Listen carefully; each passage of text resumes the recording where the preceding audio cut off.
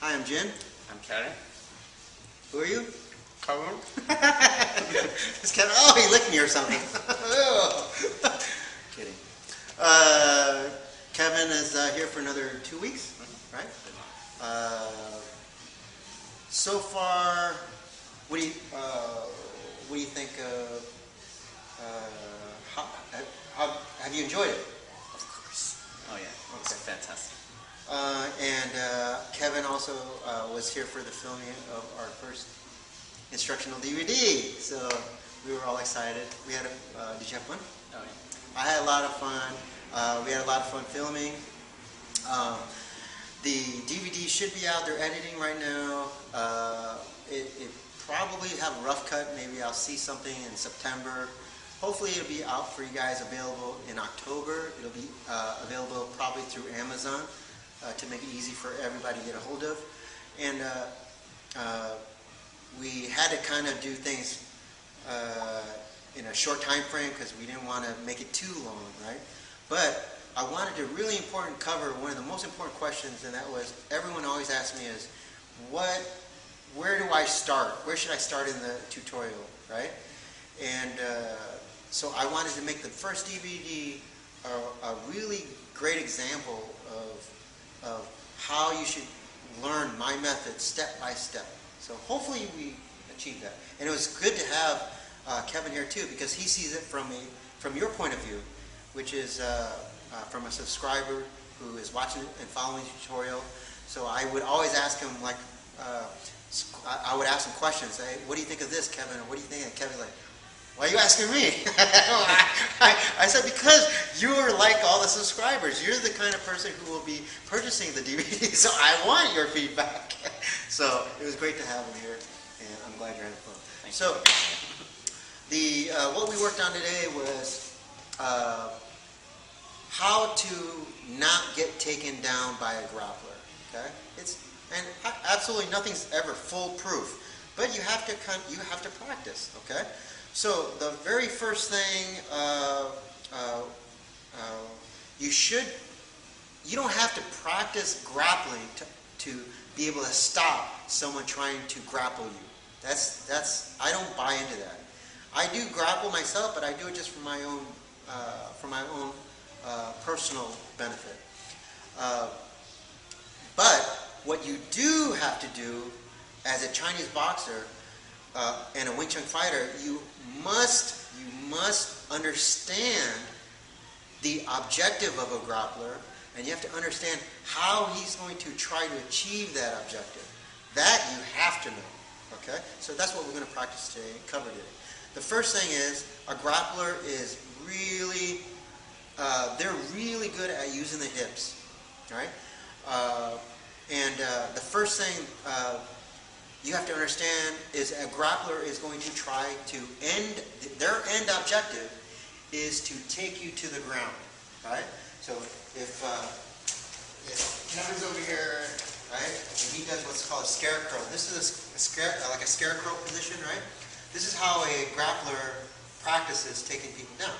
So from a scarecrow position, right, all I do is, as a grappler, I'm going to practice shooting in, right? And getting my structure in. You notice that my structure is straight. It's not leaning like this. It's straight. I'm underneath him, right? Now my master bedroom is inside his master bedroom, okay? And then from here, I just practice, right? Using my head, lifting, shifting, and taking him to the ground, right? So a grappler will constantly practice like that. He'll come in, right? He'll shoot a single. He'll come to a double, right? And then back, right? He'll come into a high single this way, right? Okay, so you practice while you're in a scarecrow position. And that's a great way to practice learning takedowns and throws and stuff like that. Now, what is the objective of the grappler? Take you to the ground, right? How does he go about it? Well, let's look at a couple things. One is, he's going to try to enter your space, right? He's going to try to enter your space. Yeah, like this, okay? Okay, that's one. He's going to get his head nice and high, right, under your armpit. This is so that I can't guillotine choke him. It's hard for me to reach around his neck when his head is high and toward me. Yeah. Okay? Got it? If he's low, then this is easy for me to just choke him from here. Okay? So he's going to bring the head high. Now notice what he does to my shoulder when his head is high. He tilts my shoulders. See? This is not good. Right? I'm already in a really bad position. Right? Now, the next thing that he's going to do is he's going to do what's called cut the corner. Cut the corner means he drives, or go again. That means I drive into him straight, right? But when I take him down, I don't want to lift him up by his legs. This is heavy. This is a lot of muscle. From here, what I want to do is I want to go straight and then cut the corner, right? So I come in and I cut to the corner, right? That's the easiest way to do a good double leg takedown and get the person on his back. How they do it is they use their head, like I said before, right? A lot of times a grappler too will practice his hands behind his back and just do this and use his head and just use his head and turn his body and try to practice taking the person down. Oh, sorry, Kevin. So that's how important the head is to a grappler. They call that they use the head like they call it like a fifth arm, right? Which is in grappling, this is a very important tool. So we understand this now. That's how they're going to take you down, by entering your space, by cutting the corner, by using their whole body structure, and they're going to use their head, right? Their head to turn and get you to turn your body structure around so that they can get you to the ground. Okay, so these are some of the tools that they're going to use. Obviously, the first thing is they're going to try to get past your arms and elbows, right, by arm dragging and all this stuff, right? Okay, so the first thing is, obviously, if I shoot from way out here and I come in, then Kevin, just sprawl. A good sprawl is just like this.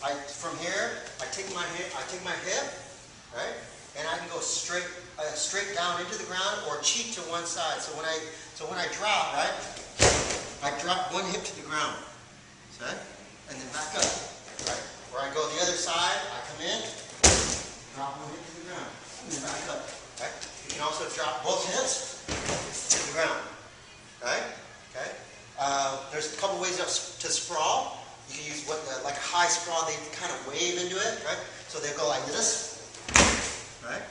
Or my preference, just quick, right? Quick, and just drop to the hip to the ground, and pop back up. So it's hip straight down. So it's a little bit more direct. This is how a grappler is going to stop the takedown. So if Kevin shoots, let's say he's the grappler, and he shoots from way back there, right? And because of that, yes, I have time, I can sprawl. Okay? Absolutely. Okay? You can practice that way, that's fine. Now, the problem is, if Kevin beats me and gets all the way in, right? If I try to sprawl here, right? Then get low, bend your knee. If I try to sprawl from here, it helps him get underneath me, right? Yeah. And he's going to take me down. Okay? Any good grappler will tell you the same thing. You can't, once he's inside your space, you cannot sprawl. Don't sprawl. If you go hips back, there's no way. He's going to take you down. He's too close to you, right? So, what do? You have to understand that, now that we understand, what's he going to do is cut the corner, right? And he's going to cut the corner by using the body and the head, right? And getting all my weight to one side. This is where understanding how a grappler goes about it is really important. So once Kevin gets into my space, okay, But first thing I know is he's going to try to cut the corner. He's also going to use the head like this, right? And put all of my weight on one leg. Get back. I know that. So, I know that he needs his head. So, he's going to come in. Let's say ideally, absolutely, is as a Chinese boxer, is if I can keep him out here, right? Then I keep him out. I'm going to keep him out with my fists, my kicks, right? Whatever. Okay. The thing is, if he shoots in and he gets past my arm, right? I cannot try to do elbows and punch because one, they're going to be weak, but two, you're gambling. But three, see my shoulders? As soon as my shoulder goes higher than this shoulder, and if I help him by lifting, right, to elbow, I help him take me down. See? He's going to take me down faster because my shoulders are not even. This is how come once he's in your space, you cannot worry about hitting. You have to worry about getting the best position in. So how do you do it? He's going to come in, I punch him, he gets past my punch, my elbows. The first thing is I'm going to attack him with my opposite hip. So he's attacking me on this side, I'm going to attack him with this hip. Okay? Opposite hip. It makes it hard now for him to cut the corner. Okay? Okay? Two is I'm going to take my hand, come underneath, right by his forehead, his face, right? And I'm going to bring it up and then swing it right to the middle of my hips, right? And now from here, I keep my elbows in, tight, and then I'm going to do a sprawl. I'm going to sprawl straight back. And that brings him to the ground. Now from here, I can keep hitting, control him. If I'm a grappler, once he's on the ground, if you're good at grappling, right, then you're going to underneath, and you're going to take his back, right, okay, and you're going to stay on him, right, okay. So it's up to you. Do you want to finish on your feet? Do you prefer to go on the ground? That's completely up to you. But how you stop him from taking you down is really important, okay? So I'm going to shoot in. So have one person scarecrow. Okay? That means you make it easy for me to get in. Once I get in, he's going to attack opposite hip. Not hard for me. See, I try to cut the corner. Hard. Now he's going to bring my head to the middle of his body. Now he's going to sprawl back and hips down. Right? Okay? Now it's up to him. What does he want to do? Okay? If he wants to stand back up, okay, and finish with his punching, I would not let him go. Okay? In other words, you shoot in, I attack, come in, hips down. Okay? I would not let go. See, I have cheese out here. Right? I would just keep hitting him, keep hitting. I would not let him. I would not get off him until the fight's over. Get it? Okay? So, again, it's all up to you. How do you want to finish? Okay? So, these are important concepts to practice. Just like good chi sao, when we do chi sao, we'll practice today, it's using the hip. If I just do this, but you don't see my hip moving, then this is just the arm, all the arm. But when I start doing hip, it feels different, right? See, he feels my body now. It wants to go in. It wants to go in. So it's more threatening. It's more threatening. Yeah, he feels like he feels like in trouble if he lets off to try to attack me. He feels like, oh, he's in big trouble because he feels like my pressure wants to just squeeze in, right? So this is how I do chi sao. I use the hip. Okay, I use my hips to stop his pressure. If he gets heavy on one side, let's say punch or something, then I stop. I use that other hip. Okay, I use him with that hip. This is a sprawl. Okay, you understand?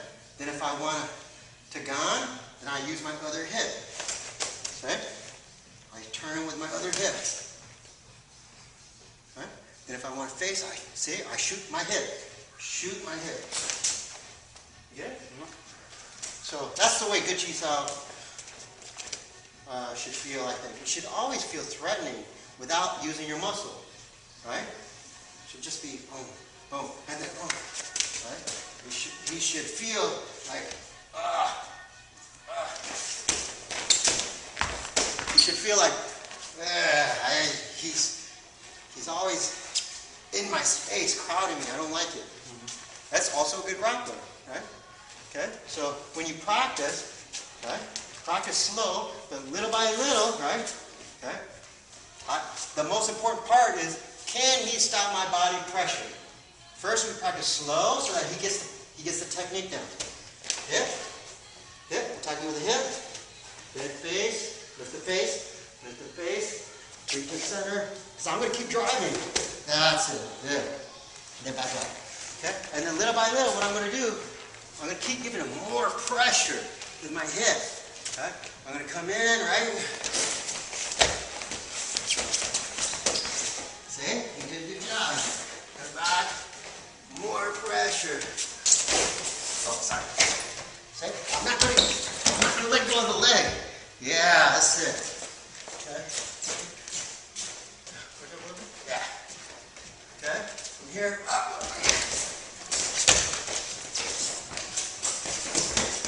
Yeah, that's it. See that? So, the most important thing, can you stop my body pressure? No, I don't let off, right? I keep like a relentless, right? And if you can do that, then you've learned to stop a grappler from taking you down. You didn't. That doesn't mean the fight's over, but at least you understand now what it takes to stop someone from trying to break your hips, trying to cut the corner, trying to get a single or double leg to take you down, right? And again, that's the most important thing. You have to understand what the goal of a grappler and how he's going to achieve it, right? And I always talk about how Wing Chun and Jiu-Jitsu, Brazilian Jiu-Jitsu, are so similar. And that's because I always talk. If you look at it from the grappler standpoint, I shouldn't say jiu-jitsu. It's all grappling, but they all do what? One is they face you, right? Rule number one for a grappler. It's also a rule for Wing Chun. Two is right. I keep my elbows back. They say you want to grapple like a Tyrannosaurus Rex. You see those Tyrannosaurus small arms? So this is a good grappler. He does this. He never does this.